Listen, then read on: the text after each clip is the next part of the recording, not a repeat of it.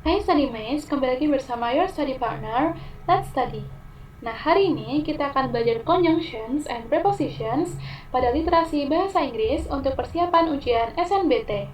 Bahan pembelajaran ini dibiayai oleh donatur Let's Study. Studymates, perkenalkan, aku Kauvia dari Prodi Perencanaan Wilayah dan Kota, Fakultas Teknik Universitas Diponegoro. Aku adalah awardee dari Tanato Scholars 2025. Aku juga bagian dari AI Evolution by US Embassy Jakarta, BC-BC Inisiatif, dan Mereka Indonesia. Pencapaian lain aku adalah finalis nasional dalam Young Researcher Competition 2023. Yuk kita belajar bareng! Nah, materi utama yang akan kita pelajari adalah the definitions of conjunction and preposition, kemudian ada juga types and example sentences, dan yang terakhir ada exam tips. Langsung aja, let's go to the material. Teman-teman tahu nggak sih perbedaan dari conjunction dan preposition? Kauvia jelasin satu-satu ya. Conjunction adalah a part of speech that connects words, phrases, or clauses. Kalau preposition is a word or group of words used before a noun, pronoun, or noun phrase to show direction, time, place, location, spatial relationship, or to introduce an object. Jadi, konjungsi bertujuan menghubungkan kata, frasa, dan klausa, kalau preposisi bertujuan untuk menunjukkan lokasi, pergerakan, maupun waktu. Nah, conjunction atau konjungsi itu ada beberapa jenis. Yang pertama ada coordinating conjunction, yakni menghubungkan dua item bisa berupa kata, frasa, atau klausa yang sifat strukturnya sama atau setara. Contoh konjungsi ini adalah and, for, dan nor. Yang kedua ada correlative conjunction, yakni menghubungkan kata, frasa, atau klausa yang memiliki bobot atau weight yang sama dalam kalimat. Contohnya adalah either or, not only but also, dan neither nor. Yang ketiga ada causal conjunction. Ini pasti Studymates udah familiar gak sih sama jenis konjungsi yang satu ini? Jadi causal conjunction bertujuan menjelaskan bagaimana atau kenapa sesuatu bisa terjadi, atau biasa kita sebut sebagai konjungsi sebab akibat. Contohnya adalah I got soaking wet in the rain sebagai effect because I didn't have my umbrella with me sebagai cause.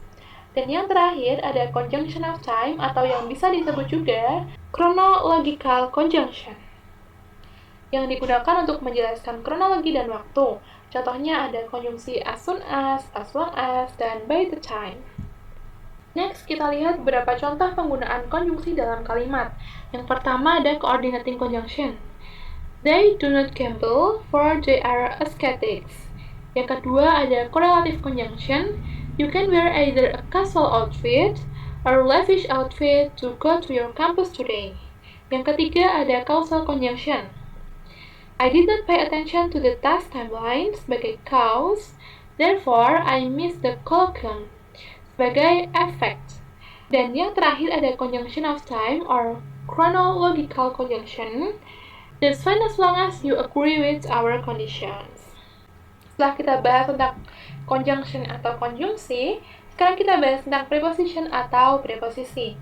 Preposisi juga terbagi ke dalam beberapa jenis ya Studymates.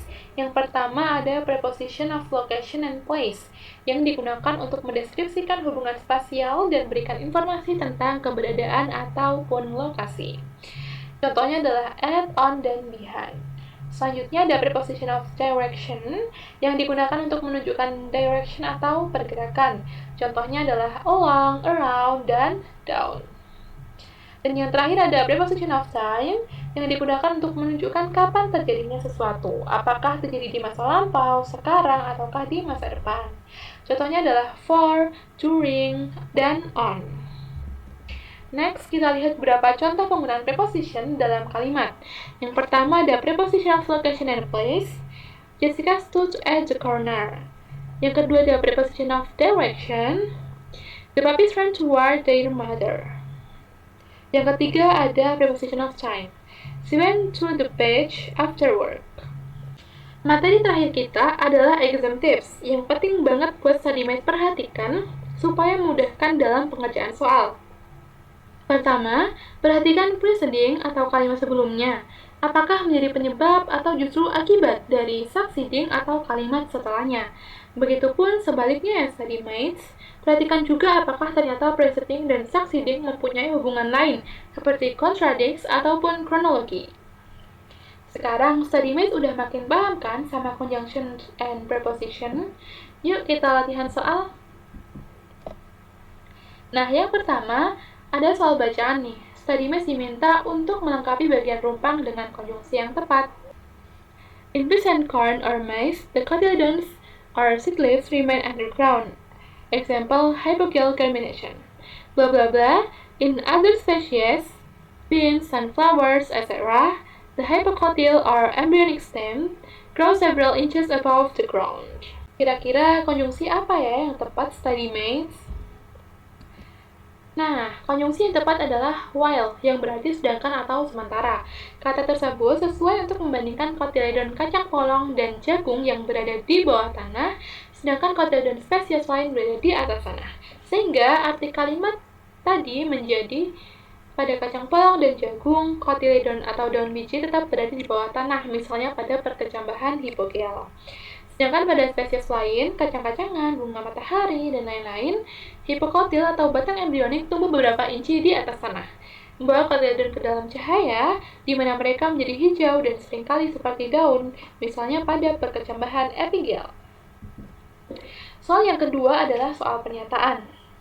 My friend is waiting for me, blah blah blah, the corner of the street, blah blah blah, the baker shop. We promised to meet blah blah blah exactly 3 o'clock so that we can do some shopping and then go blah blah blah a coffee. Kira-kira apakah preposisi-preposisi tersebut sudah sesuai ya study mates atau justru salah? Yuk kita lihat jawabannya. Nah, ternyata preposisi kedua dan ketiga salah study mates. Prepositions yang benar untuk nomor 2 dan 3 adalah in dan at. Kalimat tersebut akan memiliki arti, teman saya sedang menunggu saya di sudut jalan di toko roti. Kami berjanji untuk bertemu tepat jam 3 sehingga kami bisa berbelanja dan kemudian pergi minum kopi. Kita masuk ke soal yang ketiga. Ardian knows Germany, blah blah blah.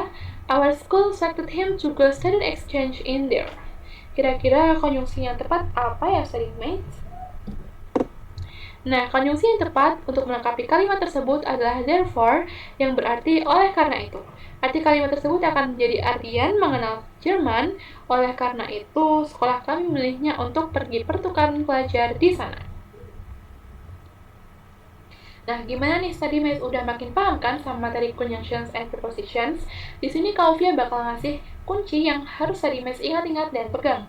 Yang pertama, conjunction atau konjungsi menghubungkan kata, frasa, atau klausa menjadi sebuah kalimat. Misalnya, I like cooking and eating, but I don't like washing dishes afterward. Yang kedua, preposisi menunjukkan lokasi, waktu, dan kondisi dari suatu kejadian. Misalnya, we have been working since this morning. Nah, materi kita udah selesai nih study mates.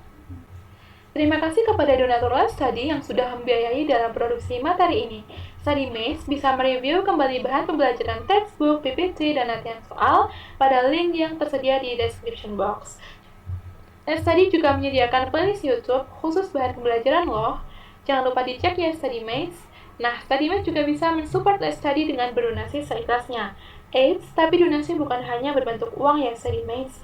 Study mates juga bisa loh share platform Les Study kepada teman sekitar atau bagikan info platform Les Study ke sosial media. Yuk follow akun sosial media Les Study pada Instagram, Twitter, dan TikTok agar selalu mendapatkan update konten bermanfaat lainnya. Thank you for watching. See you in the next video.